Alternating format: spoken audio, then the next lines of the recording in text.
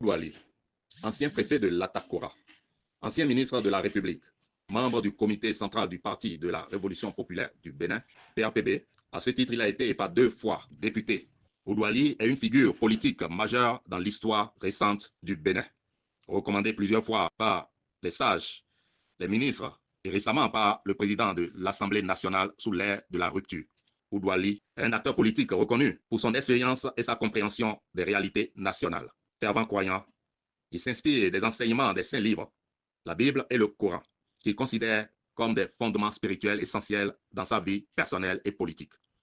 Attaché à la défense de la Constitution, il reste un ardent promoteur de la bonne gouvernance et de la stabilité démocratique.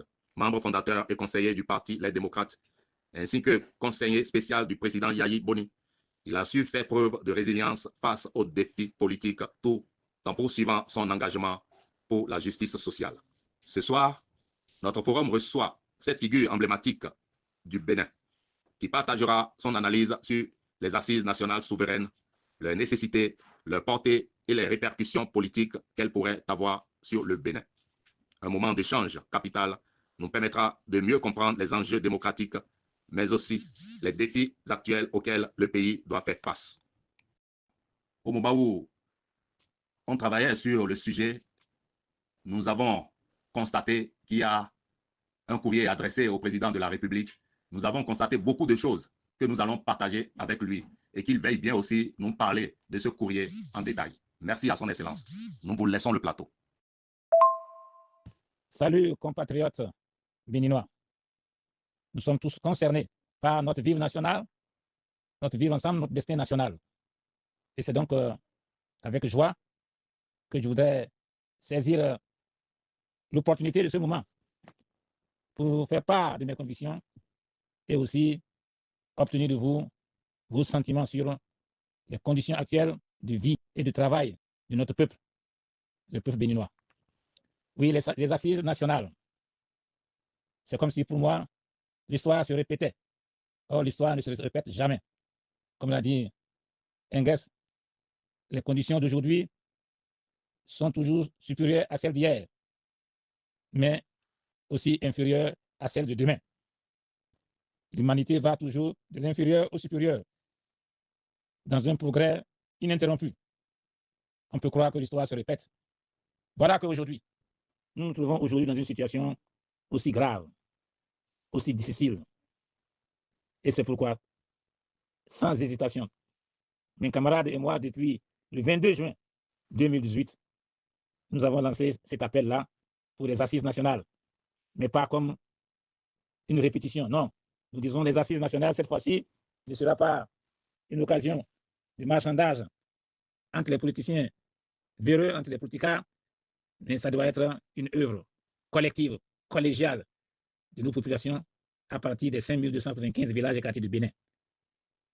C'est donc le peuple organisé dans les 5295 villages et quartiers du Bénin qui, cette fois-ci, doit, de manière consciente, prendre en main la préparation, l'organisation de la tenue des assises nationales, car la situation est vraiment grave et qu'il faut cette fois-ci aller en profondeur et trouver une voie nouvelle pour notre nation, pour notre peuple, une façon nouvelle de faire la politique en partant des populations pour retourner les populations et cela conformément à l'article 2 de notre Constitution qui proclame que le système de gouvernement dans notre pays, c'est la démocratie, le pouvoir du peuple, par le peuple et pour le peuple.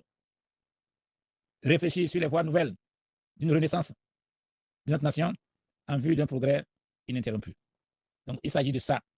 Donc, ce n'est pas une conférence bis, non.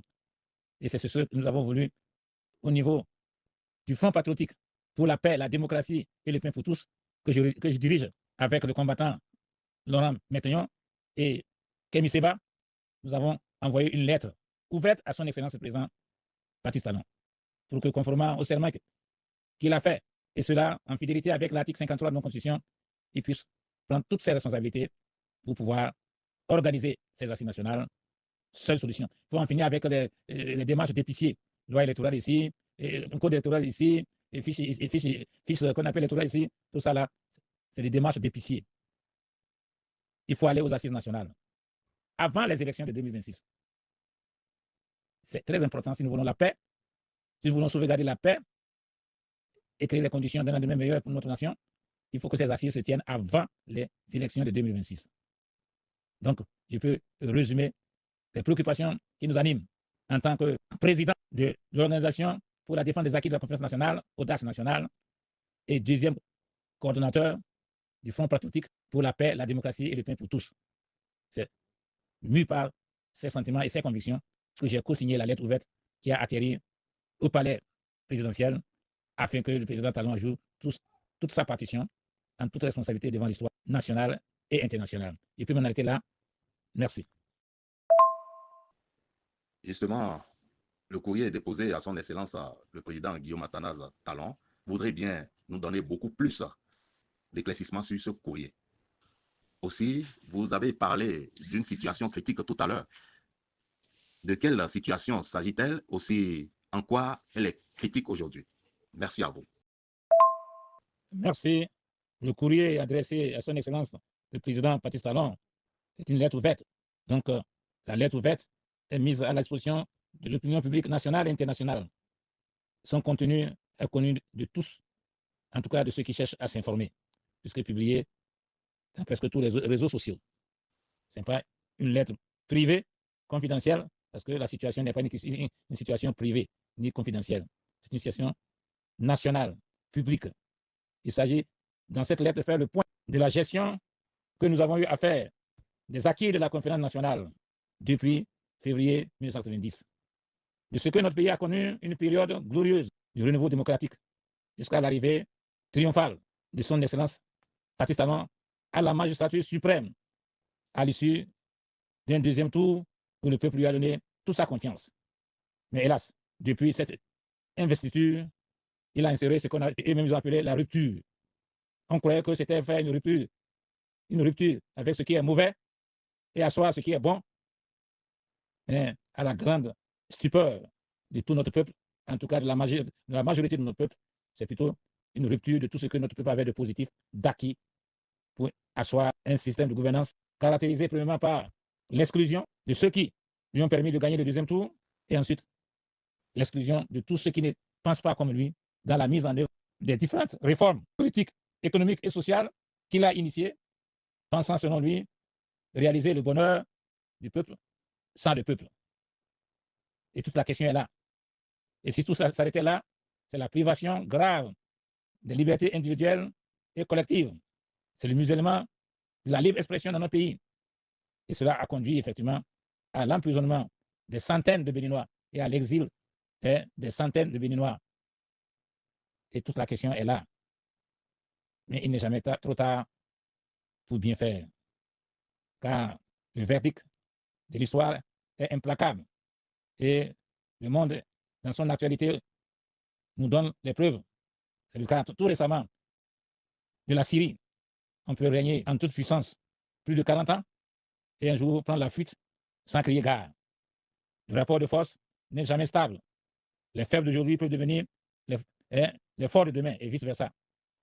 Comme je l'ai dit à mes compagnons de malheur, le ministre Ntongi et le compatriote Tamignon, quand ils sont, après leur sortie de la prison, venus nous saluer à la prison de Ouidah, je leur ai dit de diffuser cette vérité, qu'une paix imposée est une guerre reportée. Pour que la paix soit réelle et durable, elle doit être une paix négociée, comme ce fut le cas depuis la fin de la Deuxième Guerre mondiale. Et c'est ce que les assises nationales permettront de faire. Si on ne comprend pas ça, ce serait dommage et tant pis pour nous tous, car il y a deux voies possibles pour sortir de la crise, la voie pacifique et la voie violente. Et notre peuple a expérimenté les deux. La voie violente, c'est l'arrivée des mercenaires au Bénin, l'arme à la main. Et ça n'a rien changé de fondamental. Ce fut un échec. Alors que la voie pacifique, celle du consensus, celle du dialogue qui aboutit au consensus, que nous avons trouvé, expérimenté à travers la Conférence nationale des forces vives de février 90, nous a beaucoup donné. Et ce sont ces acquis-là maintenant qui ont été mis en mal. Et c'est pourquoi nous devons encore nous retrouver dans des conditions nouvelles pour qu'on appelle un nouveau départ, en vue de construire le Bénin de paix et de prospérité partagée. La paix, la paix, la paix. Et le regretter, Tom vient de nous le répéter, comme l'a enseigné le regretté président Houphouët-Boigny, n'est pas un vain mot, mais un comportement. Vouloir pour ton prochain ce que tu veux pour toi-même. Aimer son prochain comme soi-même, c'est l'enseignement que le Messie de Dieu, Jésus-Christ, nous a laissé. Et cet enseignement a été confirmé par son successeur, le prophète de l'islam. Vouloir pour son prochain ce que tu veux pour toi-même. Et c'est ça là, c'est dans le dialogue qu'on peut le trouver. Ce n'est pas en imposant son point de vue aux autres, c'est dans le dialogue. Et c'est pourquoi il faut ces assises maintenant, en tout cas avant les élections de 2026. Merci. Une fois encore, merci, Son Excellence, Monsieur le Ministre. Nous ne pouvons pas mettre un thème à cet enrichissant développement sans aborder également les influences politiques des assises nationales souveraines, ainsi que le contenu que vos doléances adressées à l'endroit du chef de l'État. Merci beaucoup, Excellence. Je crois que pour les assises de février 1990, tout le monde connaît ce que notre peuple a gagné. Notre peuple a gagné la paix, la démocratie, la liberté d'expression, la liberté d'entreprise et la notoriété dans le concert des nations en tant qu'un modèle de jeune démocratie dans un pays du tiers-monde. Je crois que l'élection du président Talon en avril 2016, alors qu'il était un exilé politique, montre que la conférence nationale de 1996 a donné de bons fruits. Qu'un exilé politique puisse revenir au pays et gagner les élections, c'est déjà l'expression de ce que peuvent permettre les assises nationales. Et je crois que les assises nationales que nous demandons à nouveau face à la crise, c'est d'abord pour préserver la paix. Parce que ces assises-là nous permettront de renouer avec la tradition du consensus, de nous entendre sur un minimum national. Et que sur la base de ce consensus et des fruits que cela permettrait de donner pendant la transition, on puisse élaborer une nouvelle constitution pour un nouveau départ pour notre nation. Et ainsi, la renaissance de la nation béninoise permettra de nous conduire dans la constitution d'un Bénin de paix et de prospérité partagée. Et on éviterait ainsi la violence. Et je pense qu'on doit prendre ça très au sérieux, d'avoir le scénario où il y aura d'un côté des chasseurs et de l'autre côté des gibiers. Et ce serait vraiment très grave pour nous tous, car personne n'a deux vies. Nous n'avons qu'une seule vie. Et ce qui fait la différence, c'est le fusil. Et nous devons éviter que chacun puisse, qu'on appelle, se défendre. Et c'est ce qu'on gagne dans les assises. En tout cas, tous ceux qui sont avec moi et qui pensent comme moi, il ne sera pas question d'offrir les populations en chair à canon cette fois-ci. Et c'est pourquoi les assises nationales que nous avons héritées comme solution du passé s'imposent à nous tous, pour ceux qui aiment notre patrie, pour ceux qui aiment la paix et tous ceux qui aiment le progrès social, économique et socio-culturel. Merci. Excellence, Monsieur le Ministre.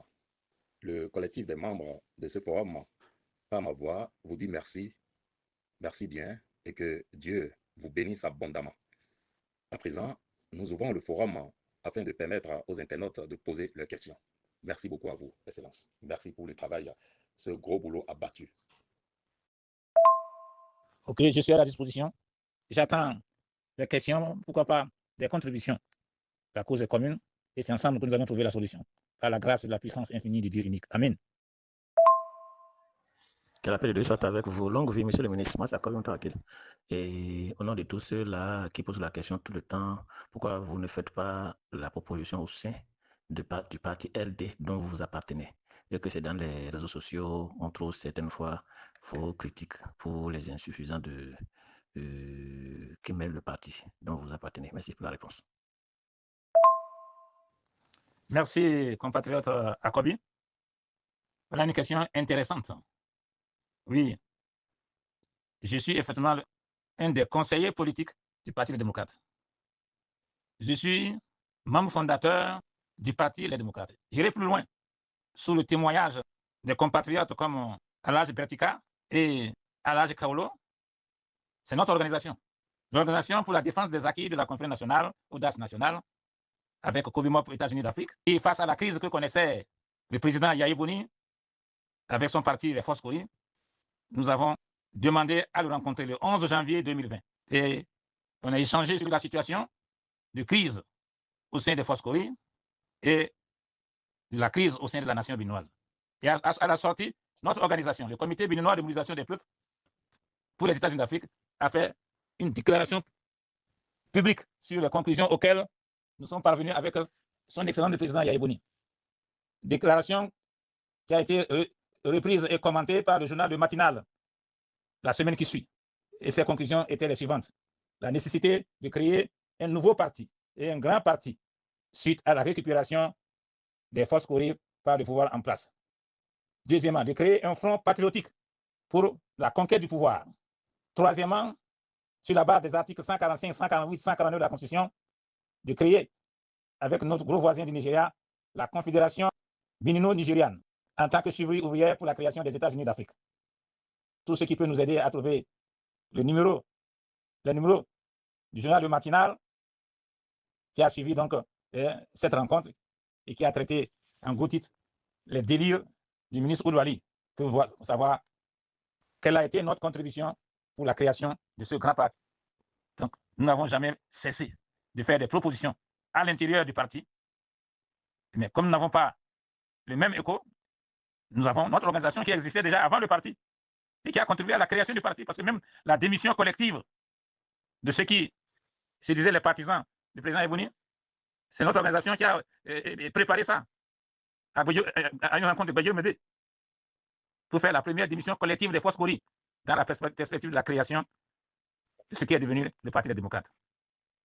Mais malheureusement, aujourd'hui, nous avons le même ennemi qu'est la dictature, le même peuple qu'est le peuple béninois, mais à l'intérieur du Parti démocrate, nous ne pensons pas la même chose, et vous l'avez vu tous. Au moment où nous demandions de boycotter la fête du 1er août 2024 pour montrer le mépris, notre mécontentement face au mépris affiché au regard du projet de loi d'amnistie qui permettra à nos camarades en prison de sortir et à nos camarades en exil de revenir. Malheureusement, d'autres responsables du parti sont partis à cette manifestation, alors que le président Yahi et le président Soglo ont boycotté. Voilà, c'est des situations comme ça. Même la création du front, il y a des audios que nous pouvons encore republier, où nous demandions au Parti des démocrates, dont nous sommes un des conseillers, et au Parti communiste, de prendre en main la création du front patriotique. Parce que le Parti des démocrates, aujourd'hui, c'est le Parti du peuple, et le Parti des communistes, aujourd'hui, qu'on ne le veuille pas, c'est un des partis les plus expérimentés dans la lutte contre la dictature. Mais vous avez vu qu'on a créé ce front-là le 14 septembre 2023, sans le Parti des démocrates, et je suis, qu'on appelle le deuxième coordonnateur. Heureusement qu'en dehors de ce cadre qu'est le Parti des démocrates, des gens comme nous disposions des organisations officiellement enregistrées qui permettent de mener la lutte et les mêmes combats que le Parti des démocrates. Nous n'avons pas un seul objectif différent, mais les méthodes aujourd'hui ne sont plus les mêmes. Parce que nous avons dit qu'il n'est plus question d'aller siéger à l'Assemblée après avoir réussi d'empêcher donc la révision opportuniste que nos députés doivent descendre sur le terrain, parce qu'on les ridiculise à chaque occasion dans cette Assemblée. Oui, ils sont aujourd'hui la 5e roue de la carrosse. Malgré les discours qu'ils tiennent, malgré cela, je salue ici notre compatriote Nouroudine Sakar Saleh, qui est venu appuyer ma thèse.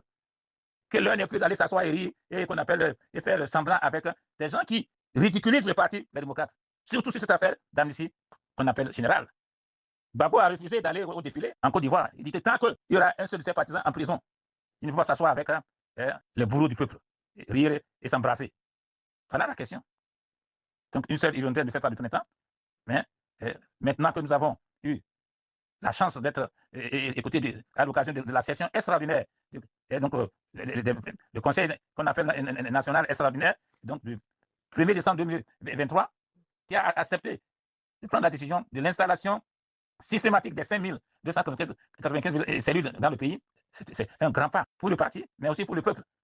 Mais si on fait ça à la base, il faut au niveau du sommet, il y a le front que nous avons annoncé, nous, de manière méthodique et futuriste, à l'issue de notre rencontre avec le président Yahya Boni, le 11 janvier 2020. Création, donc, qu'on appelle d'abord d'un grand parti. Deuxièmement, un front, parce qu'un seul parti ne peut pas renverser la dictature. Et après la victoire, créer la République confédérale bénino-nigériane, qu'on appelle, c'est comme cheville ouvrière de la Constitution des États-Unis. Aujourd'hui, maintenant, nous avons, qu'on appelle la chance. L'histoire a donné la République, qu'on appelle la Confédération des États du Sahel. Et nous, notre organisation et tous les autres, nous allons nous bagarrer pour que, même si ce n'est pas un référendum, conformément aux articles 145, 148, 149 de la Constitution, le Bénin rejoigne dans les meilleurs délais qu'on appelle la Confédération des États du Sahel pour construire les États-Unis d'Afrique. Seule solution pour l'Afrique et pour l'humanité. Car c'est les États-Unis d'Afrique qui vont sauver l'humanité qu'on appelle la situation actuelle du déclin de la civilisation humaine. Merci. je remercie tous ceux qui ont posé des questions dignes d'intérêt. Nous, en tant que courant historique, qui avons créé l'Organisation de défense des acquis de la conférence nationale, Audace nationale, Comité béninois de mobilisation des peuples d'Afrique, nous sommes contre la voie violente. Et notre slogan avant d'aller en prison, c'est les élections d'accord, les assises nationales d'abord. Et pour confirmer notre démarche pacifique, notre force, comme disent les révolutionnaires vietnamiens, réside dans l'organisation. Et depuis le 22 juin 2018, c'est ce que nous avons dit.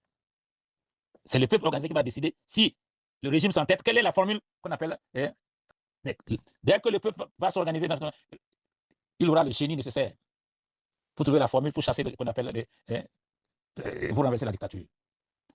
Aussi l'opportunisme, c'est d'aller faire des discours à l'Assemblée, qu'on appelle des conférences publiques.